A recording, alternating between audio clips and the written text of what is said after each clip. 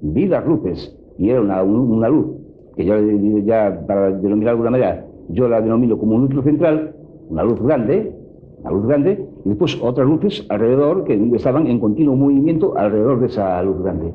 Era de día y iluminaba más que si fuera el sol. Es como si sería una nave o algo, vamos, me imaginé yo, porque justo me cogió todo el coche y se me iluminó todo, pero en luces de colores. Por primera vez en una televisión española, creo que se van a pasar estas imágenes, corresponden a una serie de objetos no identificados, filmados por gente, turistas, aficionados, pescadores.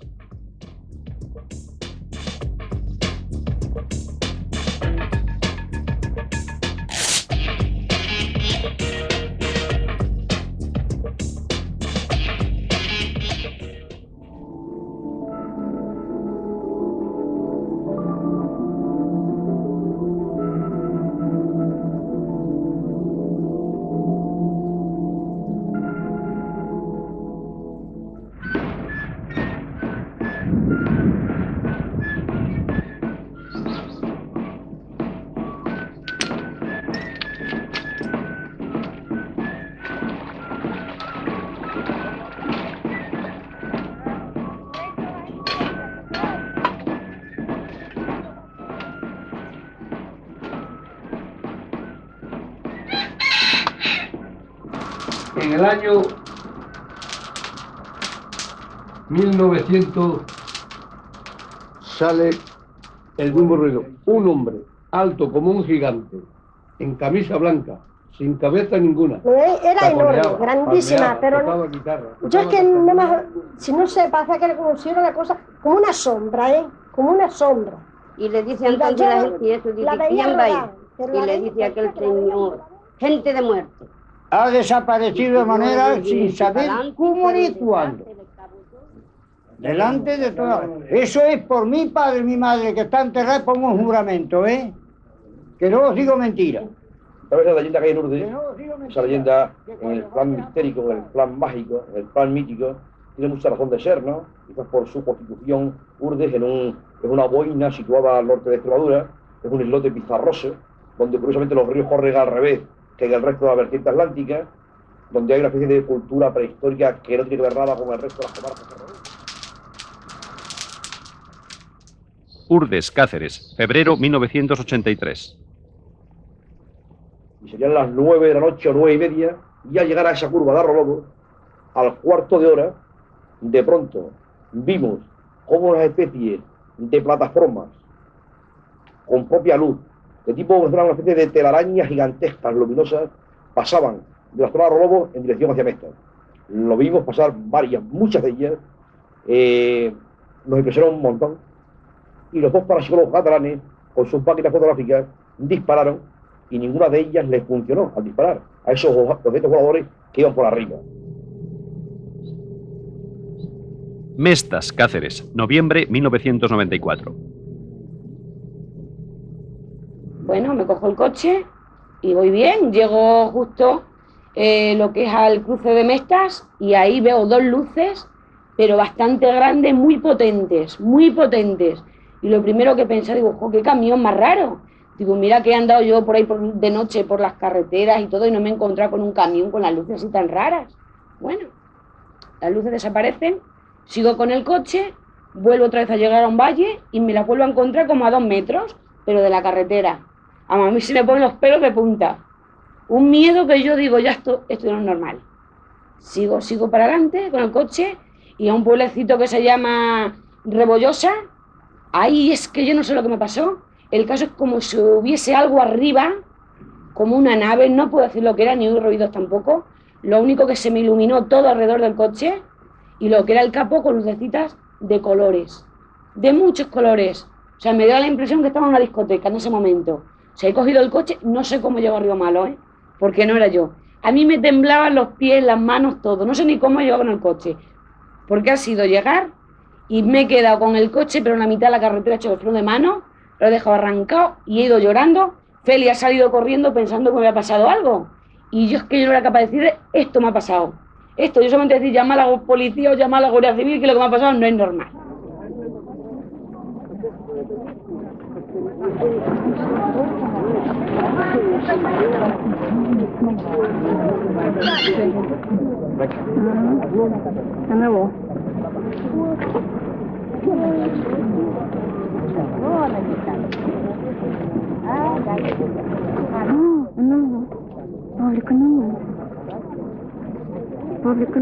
Probablemente, por lo que sabemos, por los testimonios, miles de personas que han visto incluso a los tripulantes, pensamos que hay una parte del fenómeno que son seres físicos de carne y hueso que probablemente vienen de esta galaxia o de otras galaxias.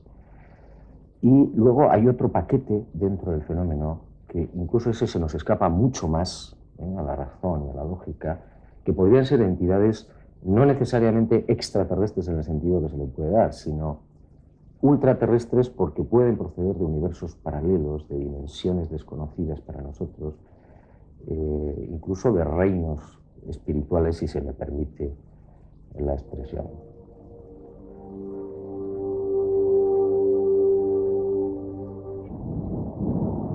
Valladolid, 1968. Estaba yo en la iglesia cuando me avisaron de que había una cosa rara en el cielo. Era sobre las 4:30 de la tarde. Salí y efectivamente había una enorme luz que brillaba. Sacamos el telescopio del laboratorio, el telescopio grande, lo montamos en el patio central y allí se vio pues que era un triángulo, una cosa triangular. Según lo midieron desde el aeropuerto de Villanubla, estaba a 23.600 metros de altura. Medía 1.000 metros cuadrados de superficie.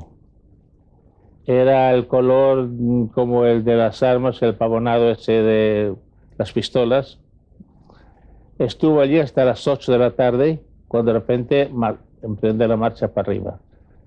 Pues desde las 4:30 hasta las 8 estuvimos viéndole. En el Vaticano me consta que ahí se investiga mucho sobre esto, pero... Extraterrestre. Una astronave. Russo. Astronave.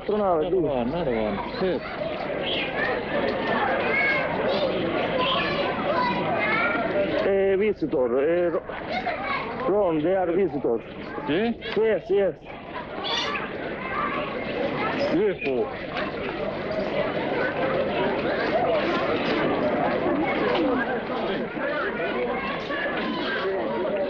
Oh. Carlos.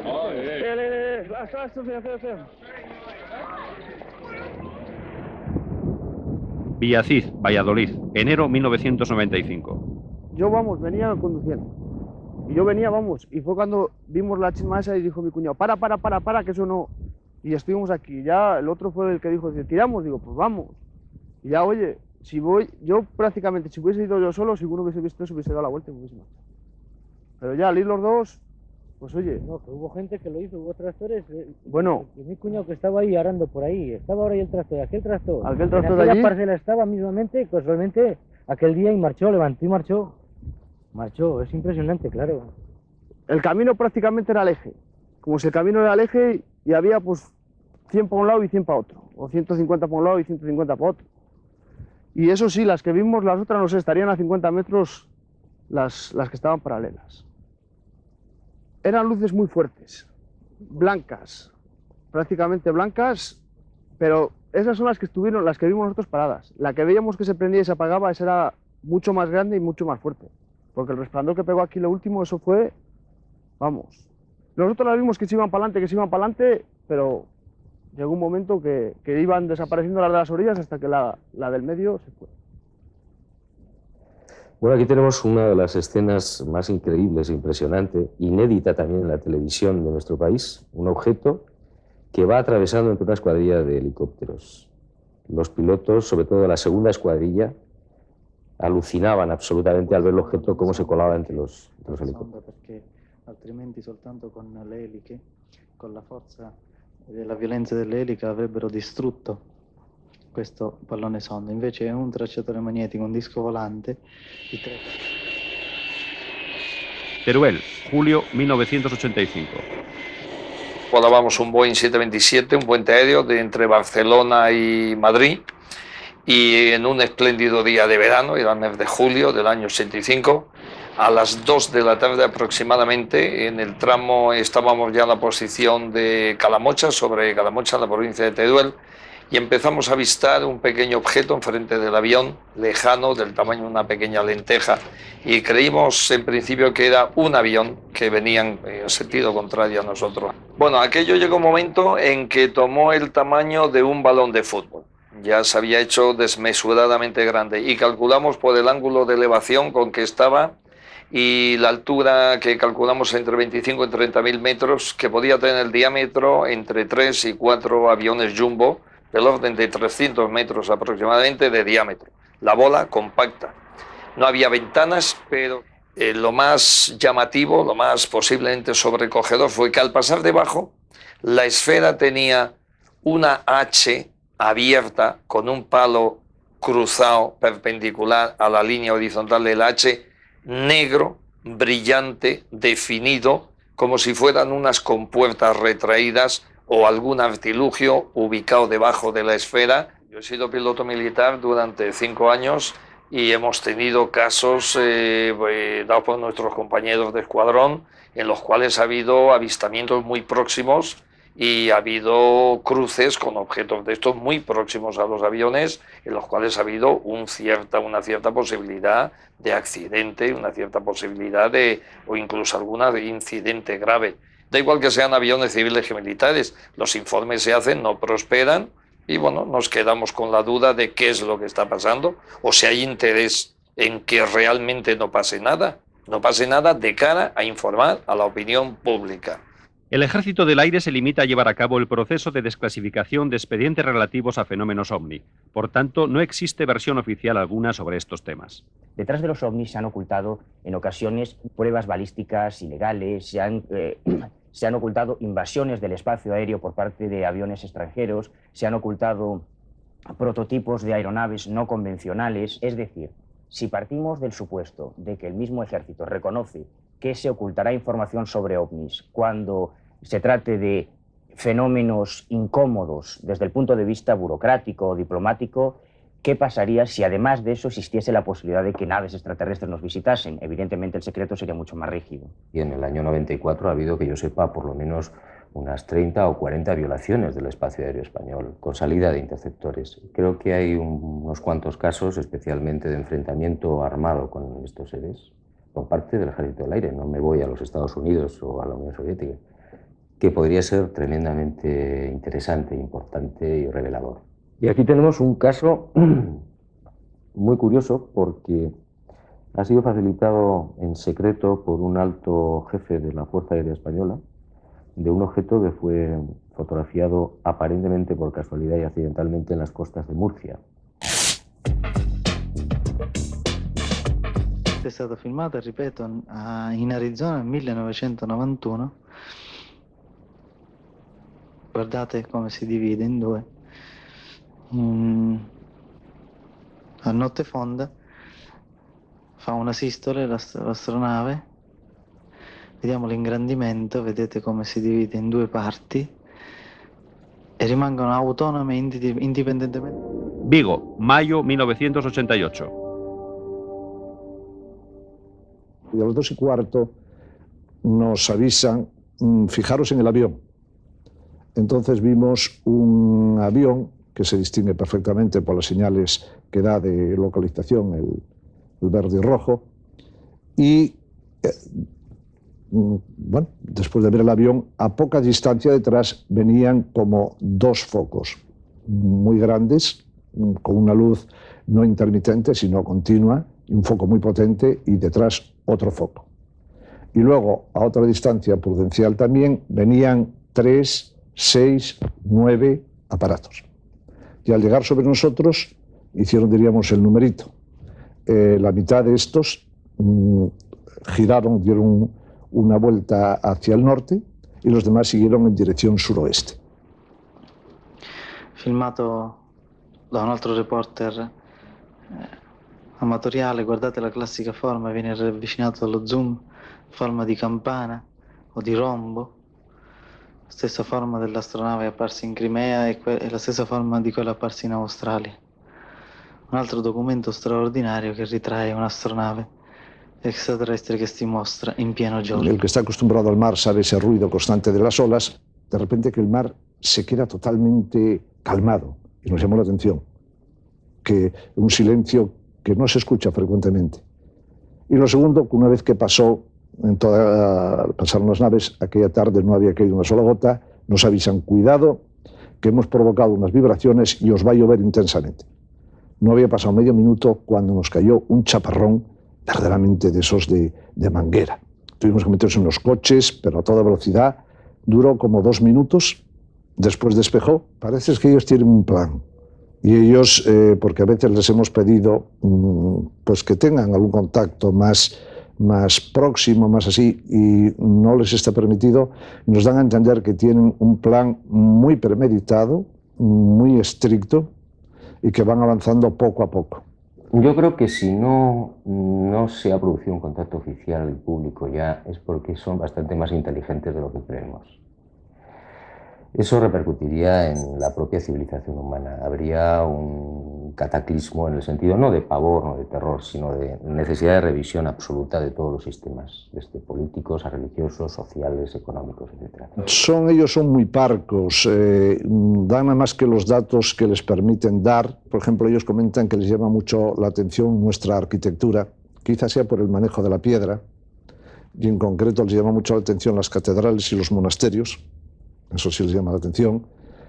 Y también la gran sabana africana, que dice que es de una belleza extraordinaria, que no la tienen ellos, con todos los animales sueltos.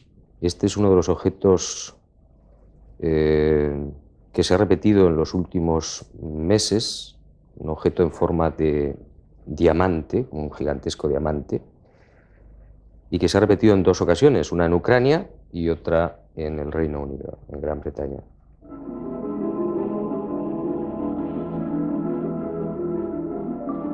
Hemos visto ciertas especializaciones, como por ejemplo que los triangulares se solían ver principalmente en zonas militares o que algún tipo en concreto de forma esférica se veían reiteradamente sobre zonas más o menos energéticas como podrían ser las zonas nucleares de Extremadura. El caso de Torrejoncillo, en la provincia de Cáceres, concretamente en las afueras del pueblo, una finca denominada el 4 Cuartos, en las que también hace pocos años, en el periodo estival, los guardeses de la finca, 2 hermanos y su madre, fueron testigos de un hecho totalmente insólito.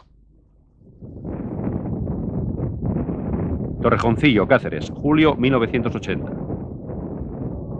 Nosotros estábamos aquí y me asomé por esa ventana, y cuando vimos una cosa, un fuego extraño hacia allí, ¿no? Entonces le dije a mi hermano, asómate, mira qué cosa más extraña. Y entonces todos hemos salido a la calle y venía un fuego allí, una cosa, un fuego. Aquello no era un fuego porque aquello era una cosa extraña. Se levantó hacia arriba y venía por ahí como dando vueltas y quemaba todo lo que cogía. Y al llegar aquí, y era de una altura de unos 50 metros por unos 100 de ancho. Y venía soltando, según venía así, venía soltando unas manchitas como a 50 metros a cada lado del fuego. Las gotas iban calando en el terreno y, sin embargo, pese a lo seco del pasto, no llegaban a prender en él. Bueno, pues aquello era un fuego que echaba un líquido que donde caía se quemaba. Porque aquí tenemos, por aquí, que se ve ahí perfectamente, por aquí, esto quemado, todo, aquí había un chozo, que teníamos platos de Duralez y cosas de esas, y se fundieron los platos de Duralez.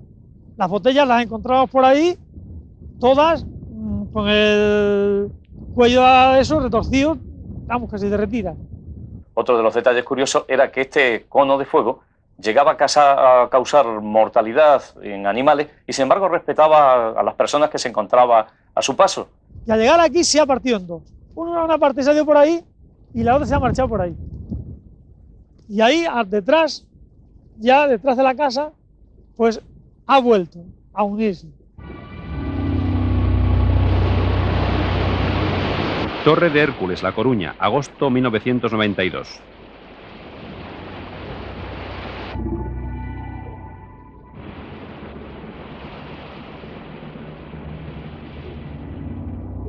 yo pensé que tal vez sería un helicóptero, porque ya la luz se salía fuera de los parámetros normales de lo que puede ser un foco. La luz estaba encima del mar y nosotros estábamos ya en la carretera recta, enfilados en dirección completamente recta a lo que estábamos viendo.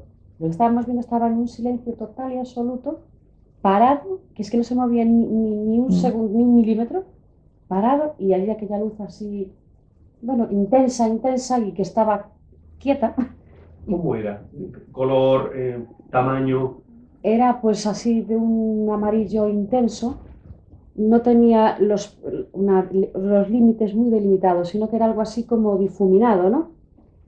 Y bueno, lo único que sentimos era eso, yo por lo menos, la sensación de una calma total y absoluta, y estábamos preguntándonos qué era aquello, y en el momento que Jesús dijo, eso no es algo terrestre, eso no es normal, eso es un ovni. Sí, perdón, yo fue a partir de ese momento, ya cuando se apoderó de mí algo que no olvidaré jamás. Una sensación difícil de describir, porque noté como si alguien me observara. Pues tuve esa sensación. Y entonces dijimos, ay, que se va, y entonces se desplazó sin casi nada hacia la derecha, como si hubiese cogido un impulso, y al decir, es que se va, pero no, ni se va dos veces, nada, se va y ras, desapareció. Si era de este tamaño, suponiendo a nuestra vista, en segundos hizo esto.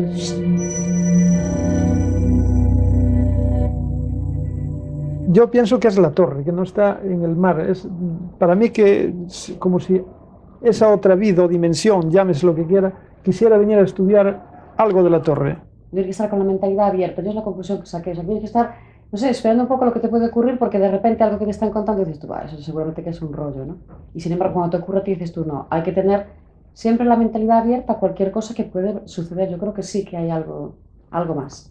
Bueno, aquí tenemos un caso en Canarias espectacular de un objeto gigantesco. Tiene esta campana de luz más de 60 kilómetros. Fue visto por miles de personas y hechas unas 50 imágenes. Llevo 23 años de investigación, casi a full time. Me parece que he debido hacer unos 4 millones de kilómetros por todo el mundo. Tengo 30 y tantos libros, de los cuales 15 son de ovnis. He debido interrogar pues, a unas 10.000 o 15.000 personas en todo este tiempo sobre el fenómeno ovni. Y la verdad es que tengo pues, 2 o 3 certezas y una tonelada de dudas. Porque esos cambios de forma, esas velocidades extraordinarias, esas aparentes apariciones y desapariciones instantáneas rebasan completamente nuestro conocimiento del paradigma científico. ¿Qué certezas? Pues hombre, fundamentalmente que son astronaves no humanas, no son civilizaciones de aquí, no son armas secretas, no son confusiones, por lo menos la mayor parte de los casos. Y otra certeza, pues que nos llevan miles o cientos de miles o millones de años.